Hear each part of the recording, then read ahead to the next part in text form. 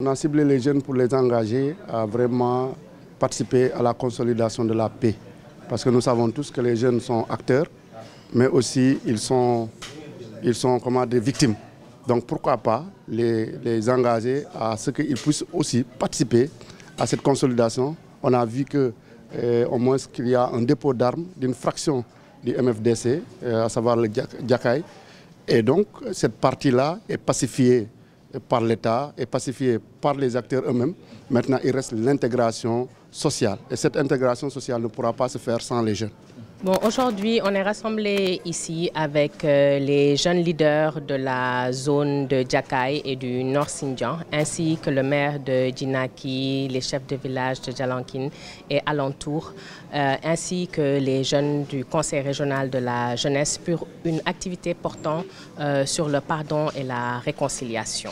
Et quand on parle de pardon et de réconciliation, on pense au dépôt des armes qui a été effectué par l'ex-faction de Jakaï le 10 mai 2023 avec une incinération des armes le 23 décembre 2023.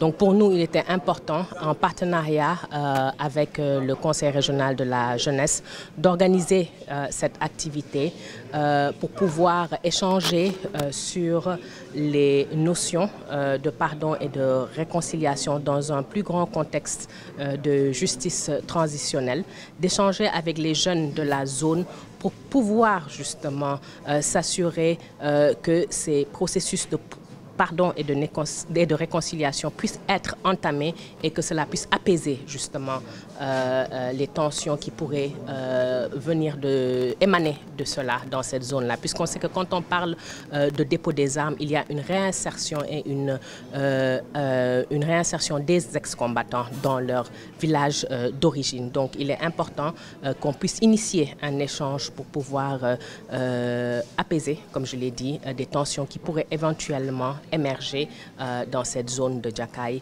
et également dans le Nord Sindian. Donc, ce que nous espérons vraiment avoir au terme de cette activité, c'est d'avoir justement un dialogue qui puisse naître entre ces jeunes de la zone, les leaders de cette zone-là et aussi ces ex-combattants qui voudront revenir dans ces zones-là, ainsi que des dialogues dans la communauté pour pouvoir consolider cette paix et ce dépôt des armes qui a été initié par l'ex-faction de Jakaï. Génération FM. Generation FM, the best radio. Génération FM.